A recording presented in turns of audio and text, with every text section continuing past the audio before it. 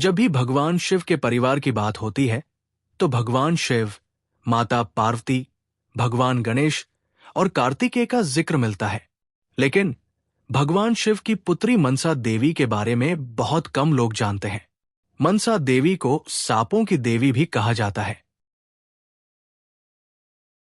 प्राचीन काल में जब देवताओं और असुरों ने अमृत के लिए समुद्र मंथन किया, तब समुद्र से कालकूट नामक भयंकर विष उभरा।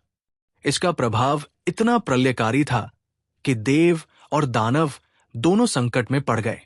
अपनी रक्षा के लिए वे भगवान शिव की शरण में पहुंचे।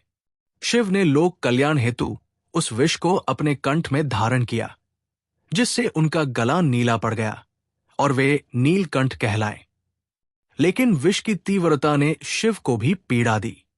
भगवान शिव ने अपने मन से एक नाग कन्या को उत्पन्न किया, जिन्होंने भगवान को हो रही पीड़ा कम करने में सहायता की।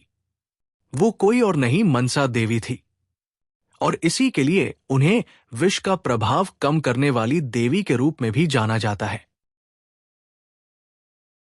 एक अन्य कहानी के अनुसार जब भगवान शिव और माता पार्वती मानसरोवर झील में जल क्रीड़ा कर रहे थे, तब दोनों का तेज इकट्ठा होकर कमल के पत्ते पर जमा हो गया था। तब उनकी संरक्षण के लिए वहां मौजूद सर्पिणियों ने इस तेज को अपनी कुंडली में लपेट दिया था। महादेव और जगदम्बा के तेज से जिस कन्या का जन्म हुआ, वो मनसा देवी माता का रूप है।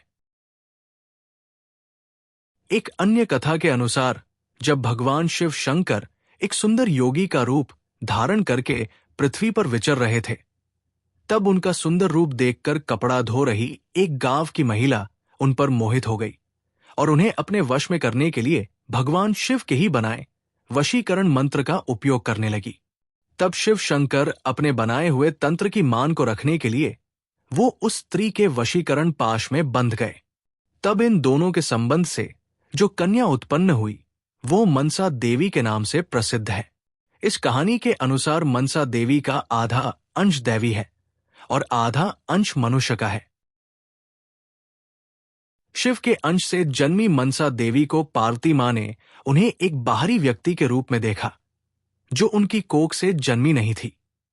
मनसा ने ठान लिया कि वे अपनी शक्ति और भक्ति से सभी को अपनी दिव्यता का परिचय देंगी।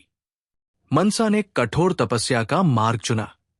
उन्होंने पुष्कर के तट पर वर्षों तक ध्यान किया, जिससे भगवान विष्णु प्रसन्न हुए।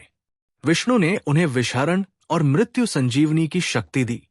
साथ ही ये वरदान कि उनकी पूजा करने वालों की सभी मनोकामनाएं पूर्ण होंगी। मनसा को नागराज वासुकी की बहन के रूप में भी सम्मान मिला और वे समस्त नागवंश की रक्षक बनी। यदि मनसा देवी माता की कथा आपको पसंद आई तो इसे लाइक करें और अपने दोस्तों और परिवार के साथ शेयर करें, ताकि ये दिव्य कथाएं हर किसी तक पहुंच सकें। हमारे चैनल युग कथाएं को सब्सक्राइब करना न भूलें और बेल आइकन दबाएं। धन्यवाद।